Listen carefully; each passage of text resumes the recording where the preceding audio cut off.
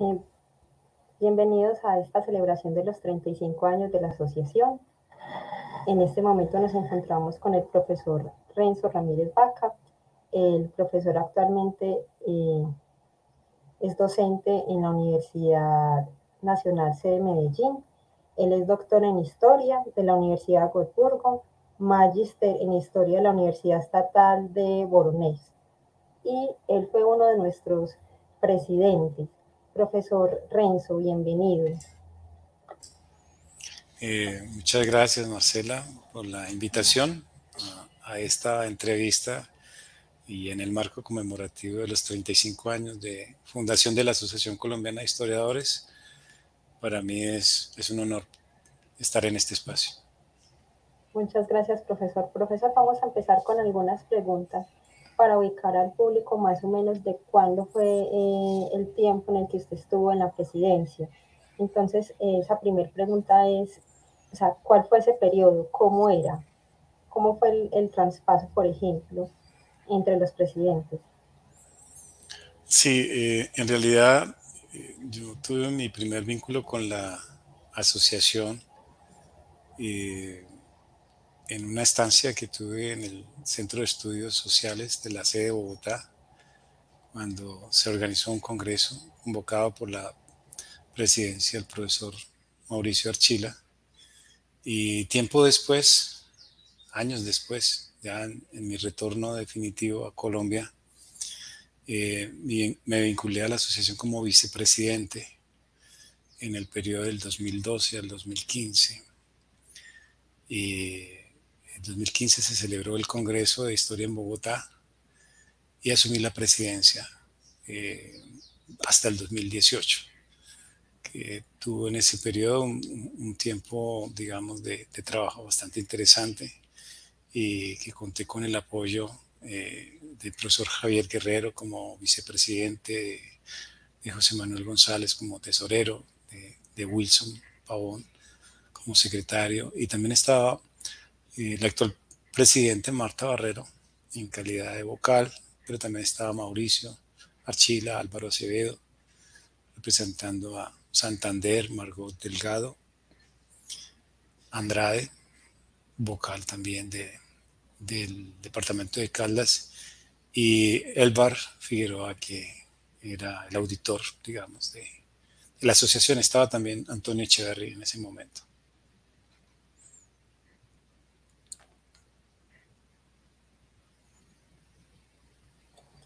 Profesor, ¿cuáles eran los principales propósitos o cuáles eran los logros que se realizaron durante su presidencia? Tenemos un hito importante que fue un Congreso Colombiano de Historia, pero queremos saber un poquito más sobre qué actividades se desarrollaron durante el periodo y si nos puede recordar también las fechas. Sí, realmente yo trabajé a partir de un plan de acción que fue una estrategia de trabajo que se proyectó del 2015 al 2017. En el 2017 también se planteó otro hacia el 2019, ¿no? Y sobre ese plan, que prácticamente concibió líneas de trabajo, que era la línea gremial, la línea, digamos, de comunicación e imagen institucional, la de eventos nacionales y regionales, y también de redes nacionales, pues se desarrollaron los distintos programas, ¿no? Y actividades, y por supuesto que los responsables de la misma, donde resalta indudablemente el papel del secretario, especialmente, y algunos miembros de la Junta Directiva, especialmente representantes de capítulos, ¿no? Básicamente. Pero puedo confirmar y reafirmar al mismo tiempo que fue un trabajo en equipo, donde toda la Junta Directiva en pleno participó en diferentes momentos, ¿no? En diferentes escenarios. Pues ya entrando en detalle, fueron diferentes actividades, ¿no? Yo recuerdo, por ejemplo, que una de ellas, en términos de comunicación e imagen institucional, fue la de elaborar una base de datos y crear un directorio único de historiadores nacionales con una visión digamos, de integrar no solamente a los historiadores profesionales, universitarios, formados en el ámbito, sino también a miembros de las academias y autodidactas, ¿no? Eso fue un trabajo que permitió recoger aproximadamente 5.000 correos o direcciones electrónicas, ¿no? Y eso fue un trabajo también importante, adicional a un directorio que trabajamos tratando de identificar los profesores que estaban vinculados a los programas de historia o también en las universidades donde se impartieran cursos de historia. Entonces, era ver cómo esa planta profesoral y de catedráticos que existía en el ámbito universitario. También pudimos elaborar una base de datos con 425 profesores. Eso va a tener un impacto posterior que les comunicaré más adelante. Luego, la imagen corporativa. Realmente, pues cuando yo asumí la presidencia, no teníamos página web, se había caído. Bueno, algo pasó, un colapso, no sé si sería un hacker o qué sé yo, un problema de mantenimiento por parte del servidor. Así que empezamos a trabajar, ¿no? en esa perspectiva. Pero digamos, incorporándola a la dinámica de las redes sociales, especialmente del Facebook. Yo pensé que dándole esa participación de redes, incorporando los enlaces con el Facebook, los capítulos podrían empezar a visibilizarse en términos de sus actividades, que era algo que realmente pues nosotros no teníamos, ¿no? Porque la asociación tenía, diría yo, una tradición más de trabajarse todo desde Bogotá, básicamente. Y ahí se desarrolló esto con el diseño también de una página web en un formato on-page que, digamos, marcaba una diferencia en términos de presentación, muy funcional sobre todo para dispositivos móviles, para tablas, para portátiles. Y en esa medida también abrir espacios en el formato de blogs que pudieran suministrar información lo más ágil posible, ¿no? Algo que también siempre estaba en el tintero era crear un portafolio de servicios, digamos, pero necesitábamos también hacer como un diagnóstico de lo que se hacía en otras instituciones, en otros gremios de historia en América Latina, y por lo tanto nos dimos a la tarea de hacer un diagnóstico, que esto va a servir de alguna manera para discutir y concluir qué podíamos hacer nosotros, pero nuestra asociación carecía de infraestructura, de recursos financieros, las cuotas pues eran muy bajas en la afiliación de los socios. Sin embargo, nos pusimos en ese plan, ¿no? Más que todo para promover la difusión del gremio, también para ofertar de alguna manera un servicio como es la asesoría y por supuesto la representación de las actividades, ¿no? Digamos que desarrollaran historiadores colombianos. Ahora, el otro elemento o línea pues, que tiene que ver con los eventos nacionales y regionales, pues aquí hay que resaltar el trabajo que se hizo en el marco del 18º Congreso Colombiano de Historiadores, que fue un evento que se hizo en memoria de Jaime Jaramillo Uribe, que era un llamado a pensar la historia y la memoria en el mundo actual. Este es el tercer congreso que se hacía en Medellín. El último pues fue en el 1997, o sea, 20 años atrás, y tuvo una característica que fue contar, por supuesto, con, digamos, convenios interinstitucionales, de tal manera que involucramos a todas las universidades de la ciudad de Medellín, tanto públicas como privadas, entre ellas la Universidad Pontificia Bolivariana, la Universidad de AFIT, las públicas, la Nacional Sede de Medellín, la de Antioquia y también la Universidad de Medellín, ¿no? Entonces nos pusimos a la tarea de organizar un comité con un staff, digamos, académico, administrativo, que estuvo conformado por el presidente del capítulo de Antioquia, que en su momento fue Alexander Cano Vargas, con un secretario ejecutivo y por supuesto con profesores que eran miembros de estas universidades. Entonces fue un trabajo muy, muy interesante, además de la invitación a colegas extranjeros, recuerdo especialmente a Gerard Martin, también a Juan Marchena, también representantes de egresados de las universidades. Y trabajamos en la parte operativa con una agencia que fue crucial, de la cual aprendí muchísimo en calidad de director y presidente del Congreso, que fue con Táctica Comunicaciones, y que nos pusimos a una tarea que fue bastante difícil, pero que fue un aprendizaje total, y fue la de gestionar los recursos y los espacios para el evento. De tal modo que este fue un congreso que se hizo por primera vez en un centro de convenciones y no en los espacios, digamos, tradicionales de las universidades. Se convocaron, realmente participaron más de 380 ponentes. De todos estos, 40 eran internacionales.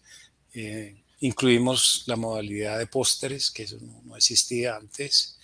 Programamos conferencias internacionales con 2 historiadores nacionales y 5 internacionales, 4 paneles, con invitados también internacionales, conversatorios, exposiciones, encuentros de redes, en fin, tuvo una dimensión de tal manera que confluyeron en total alrededor de 20 instituciones públicas, privadas y universitarias, y también del país, y también contamos con el apoyo de estudiantes voluntarios, ¿no?, que nos apoyaron en labores de difusión y logística, tanto de las universidades anfitrionas como también, resalto aquí el papel de estudiantes de la Universidad Nacional C de Bogotá, que vinieron en cabeza con la profesora Estefanía Galín en su momento, hicieron un trabajo muy bonito, digamos, de difusión previa y también de recolección de información, entrevistas, en fin.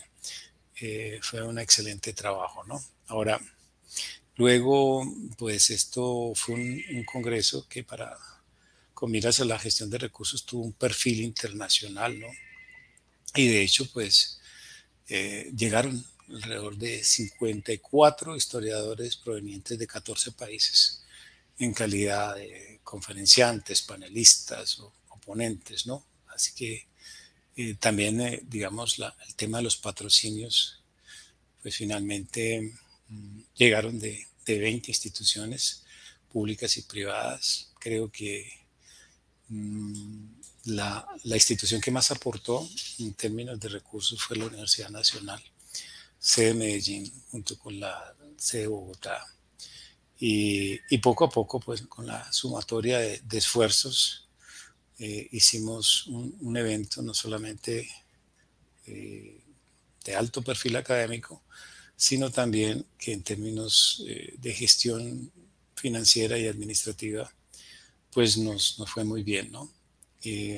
Ahora, la otra línea fue la que denominamos redes nacionales, que esto fue más en función de crear, y pues ya se venía trabajando en esa línea, crear redes, pero siempre se ha pensado en los programas de historia, tanto el pre como el posgrado, pero también revistas de historia, de estudiantes, de grupos de investigación, un poco como para darle una dinámica a todo lo que surge de ese ámbito universitario, ¿cierto? Y las redes que también se van sobre todo afianzando en el marco mismo de los congresos. Ahora, en cuanto a lo gremial, creo que algo muy interesante que no se ha podido, digamos, o tal vez es el momento de volverlo a hacer, es lo que se derivó de un boletín para historiadores. Una idea que realmente en su momento me inspiré de lo que vi en Inglaterra, y allí me encontré con una valoración que se puede hacer a los profesionales de diferentes disciplinas, pero en función de pensar su profesión. Y ya habíamos hecho el trabajo del directorio en todas las universidades del país, y la idea era hacer una encuesta, ¿no? Era un poco como para mirar el estado de la profesión en Colombia, ¿no? En ese momento. Y por eso creamos lo que se llamó el reporte BAC, ¿cierto? El BAC quiere decir es bianual, reporte bianual, Asociación Colombiana de Historiadores, 2016. La idea era hacerlo cada 2 años. Historiadores y profesión, mirada nacional. Participaron prácticamente, bueno, poco más del 50% de los que teníamos en lista. Se vincularon estudiantes también en calidad de practicantes, profesores que nos apoyaron desde Bogotá, desde Medellín, desde Manizales, y hicimos este trabajo que pienso que nos caracteriza, y que sigue siendo vigente, digamos, porque de alguna manera hay que tener en cuenta el tema del relevo generacional, y digamos estas personas que se encuestaron y respondieron amablemente siguen siendo vigentes, ¿no? En el ámbito universitario. Pero es algo que nos dio muchos datos, digamos, en términos, por ejemplo, de la formación académica.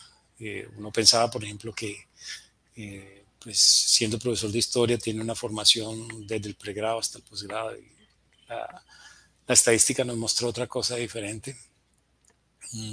También, es decir, de profesores de historia que tienen una formación pluridisciplinar amplia. También la participación de mujeres también nos dio ese mapa, digamos, a partir de la perspectiva de género. Y bueno, el tema de las publicaciones, ¿no? El tema de los salarios, recuerda, el tema de las edades, las instituciones, en fin. Es indudable que es un trabajo con perspectiva casi que sociológica, ¿no? Pero que como insumo pues va a ser muy importante más adelante para otros estudios. Ahora, el plan de acción pues también contempló hacer distinciones bianuales en el marco de los congresos. Nosotros inauguramos esas distinciones acá a propósito de una profesora,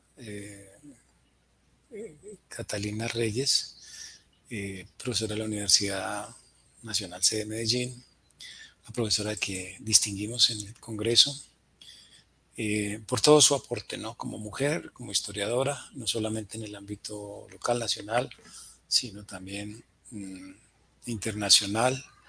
Una profesora que fue pionera como mujer, siendo de las primeras que se graduaron en el país como historiadoras, y prácticamente que abrió diferentes rutas, caminos de trabajo en docencia, en investigación, en extensión, en la carrera académico-administrativa, ¿no? Es impresionante, y por lo tanto quisimos nosotros, a partir de esa distinción que le dimos en vida, ella ya falleció, también que esto se institucionalizara, ¿no? En el caso nuestro, de tal manera que valoráramos un poco los aportes de los historiadores más destacados en un rango de los últimos, digamos, 5 años, contando, por supuesto, con un equipo o grupo, comisión de evaluadores, y dejando abierta la postulación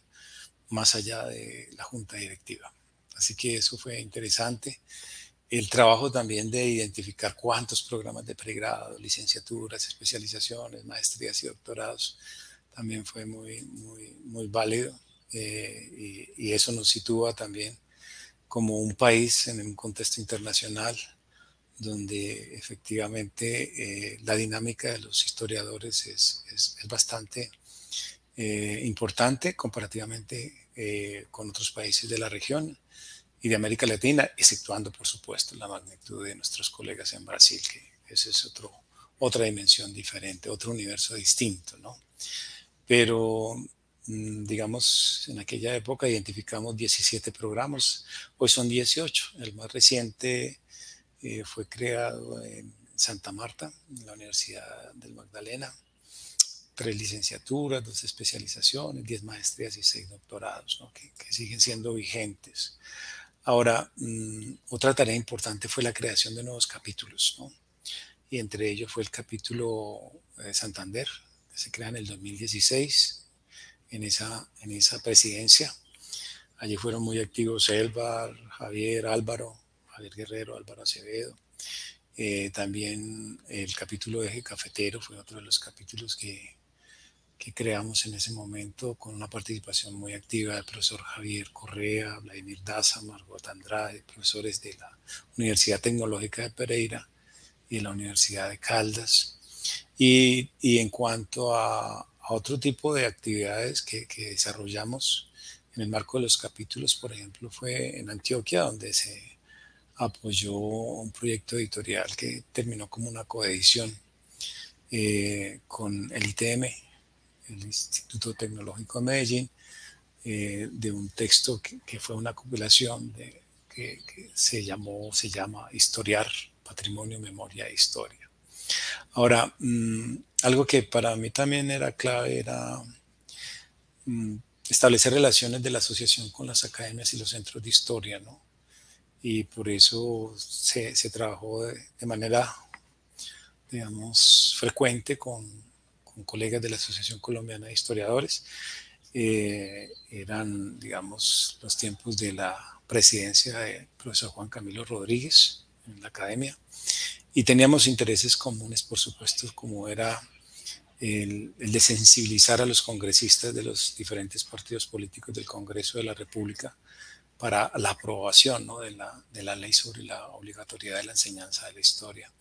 Eso fue algo que hicimos en ese tiempo, ¿no?, una estrategia que dio resultados finalmente, pero también teniendo en cuenta en esa misma perspectiva, pues debo mencionar a la Academia Antioqueña de Historia, el Centro de Historia del Retiro, en fin, allí empezó a darse una comunicación y un apoyo de colaboración con colegas que permitió digamos, la participación en eventos que ellos mismos organizaban, ¿no?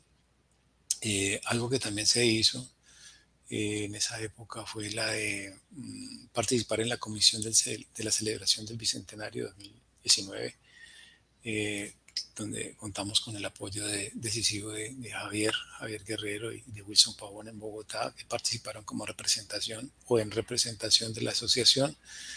Y por supuesto, todo esto de alguna manera estaba también apuntando a un proyecto de ley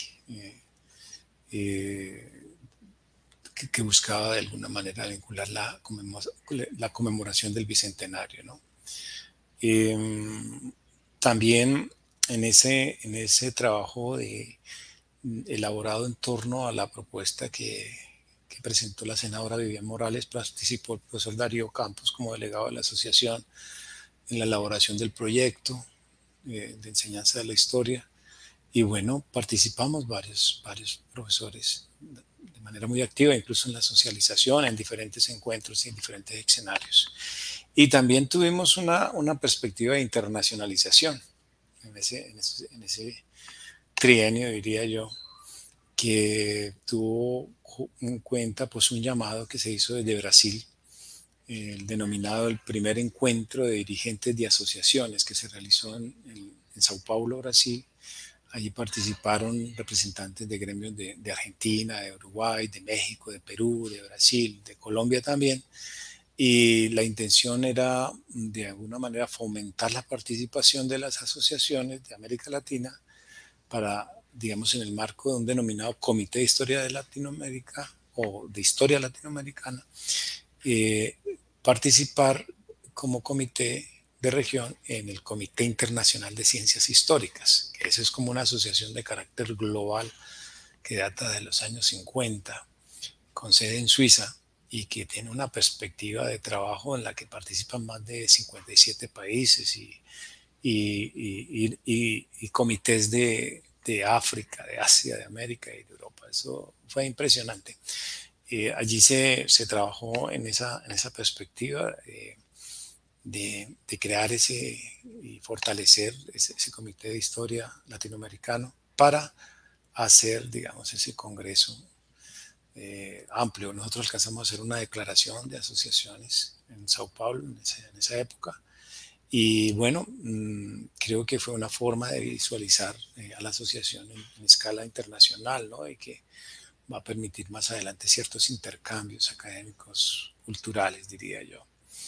En cuanto a la línea editorial, aparte de la creación del boletín que ya les mencioné, que pues fue un boletín con acceso virtual libre y gratuito, trabajamos en las memorias de la versión 17 y 18 del Congreso. Estas memorias, por primera vez, quedan registradas en la Cámara del Libro como una publicación serial que se propuso, ¿no? como carácter bianual y que pues, tendría que ser editada por la asociación, digamos, como entidad responsable. ¿Por qué bianual? Digamos, las experiencias de los anteriores congresos era, bueno, de pronto sacar, compilar las ponencias en formato de CD o incluso, en el mejor de los casos, en un libro, por ejemplo. Pero, digamos, en función de la institucionalización de las memorias, se pensó entonces en hacer ese registro. Pues partimos también con esa idea de pronto de que fuese un libro bianual, pero ya con la asesoría técnica de la Cámara del Libro nos recomendaron y nos obligaron, porque esa es la normatividad, de que los congresos, cualquiera que sea su disciplina, son realmente, y sus memorias son publicaciones seriales, ¿no? Por supuesto. Entonces, por lo tanto, tendría que tener un registro en el formato, en el número ISSN, ¿no? Eso se hizo. También, pues, contamos con la participación de un grupo de apoyo de diseñadores para la diagramación. Recuerdo en especial a Jessica González, a Melissa Gaviria acá en Medellín. Y hicimos un trabajo chévere, pues propio del gremio, ¿no? Este es un ejercicio muy, muy profesional. Son los espacios de difusión que requieren los congresos en este caso, ¿no? También hicimos pronunciamientos. Estamos en un contexto, digamos, de diálogos de paz en los gobiernos de Juan Manuel Santos, y allí se hicieron varios pronunciamientos a la opinión pública como gremio. Una vez, digamos, se discutía en la junta directiva. Yo recuerdo de ellos, pues, el tema de la obligatoriedad de la enseñanza de la historia, también la problemática del acuerdo final para la terminación del conflicto en el marco del referéndum, de los resultados nefastos que se dieron en el referéndum, también sobre la reorganización del Centro Nacional de Memoria Histórica. Postulamos también profesores para formar parte de la comisión del esclarecimiento de la verdad, la convivencia y no repetición, y pues de ahí surgió la postulación de los profesores Mauricio Archila, Carlos Miguel Ortiz, Gonzalo Sánchez, en fin. Hicimos un trabajo en esa perspectiva, digamos, oficial, básicamente. Pues eso fue el trabajo que se desarrolló en ese tiempo, Marcela. Exacto, profesor. Nos has nombrado varios nombres de gente que participó o conformó la junta directiva.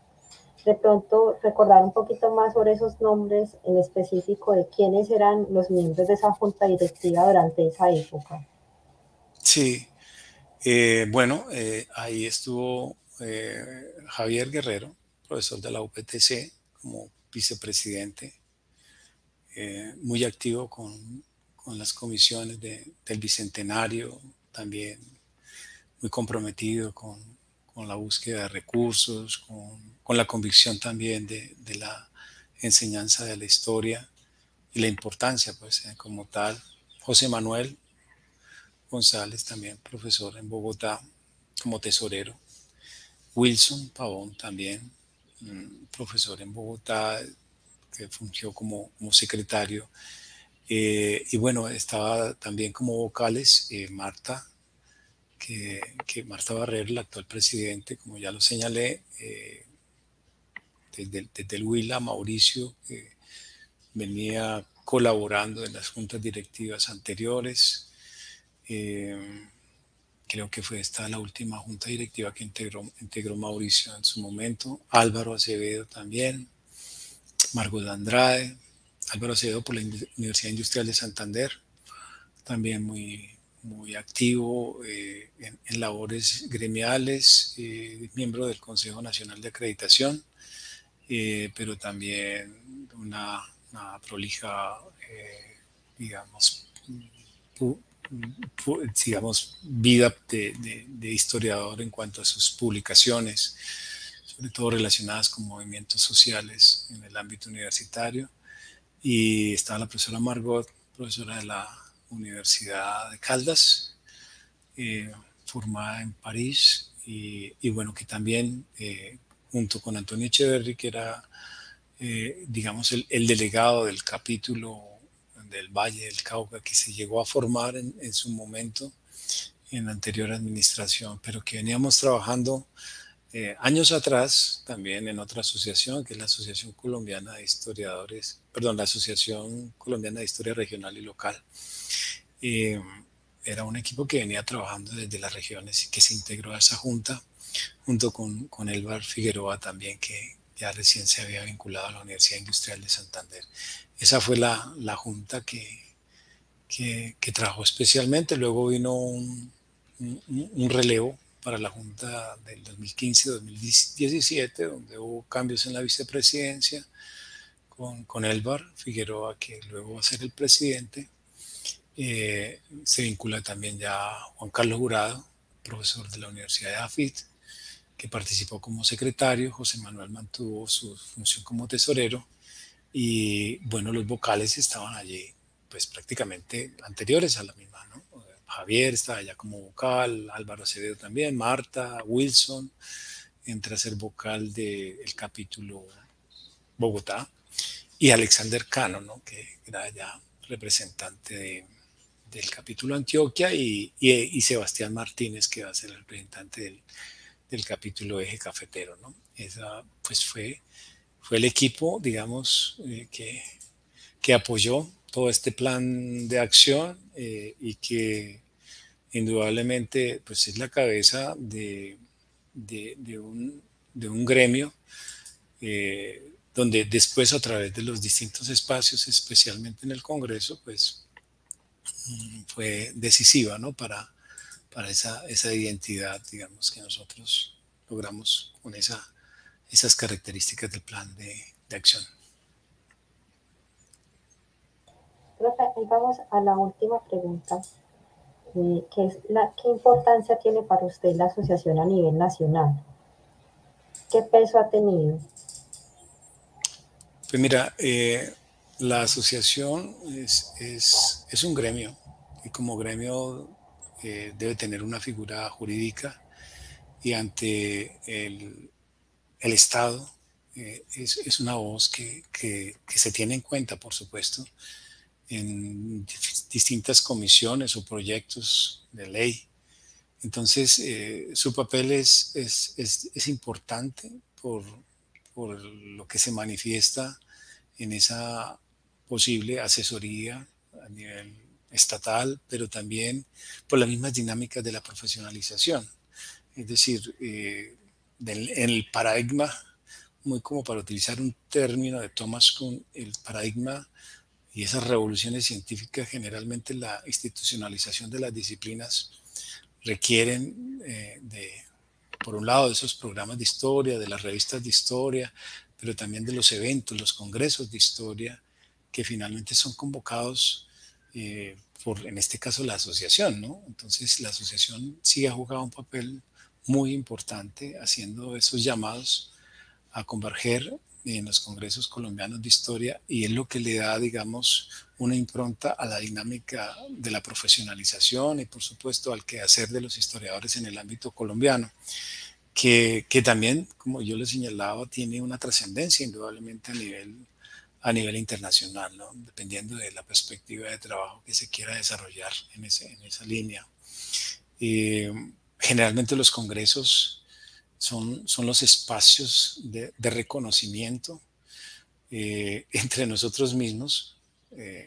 Pues aquí estamos hablando de un escenario donde anteriormente no existían redes sociales, por ejemplo, era otro tipo de comunicación, pero los congresos sí convergen, ¿no? Convergen estudiantes, historiadores, también estudiantes de posgrado, y esa convergencia permite la socialización de los resultados preliminares de investigación, o también la visibilidad de los aportes de historiadores que han trabajado en diferentes ámbitos, pero por supuesto a partir de su principal objeto de estudio, que es Colombia, ¿no?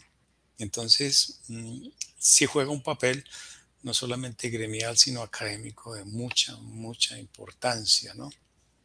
Que se debe mantener y que lo hace dinámico y sustancialmente positivo si nosotros nos comparamos un poco con lo que pasa, digamos, con otras redes, en otras disciplinas, en fin. Entonces, sí, esa continuidad le da, digamos, una impronta, digamos, de reconocimiento desde el sector estatal, pero también dentro de nosotros mismos, por supuesto, como historiadores, que finalmente es un grupo pequeño, ¿no?, en el ámbito nacional.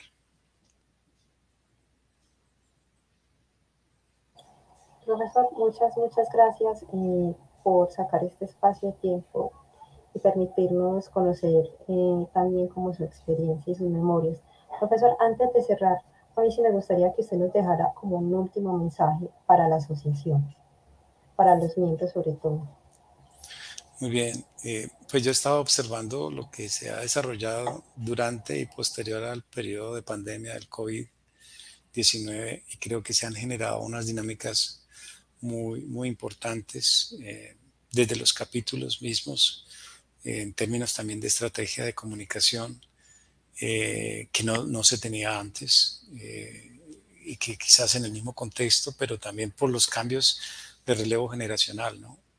Es decir, evidenciaba en el último congreso que se hizo en Cartagena que efectivamente ya tenemos una nueva generación donde la participación de las mujeres es bastante importante, y eso pues le da un sello digamos, al trabajo que se hace, ¿no? Y que por supuesto hay que mantener, ¿no?, la perspectiva de mediano y largo plazo, básicamente. Profesor, muchas gracias. A nuestro público lo esperamos en otra pequeña cápsula y muchas gracias. A ustedes, gracias por la invitación.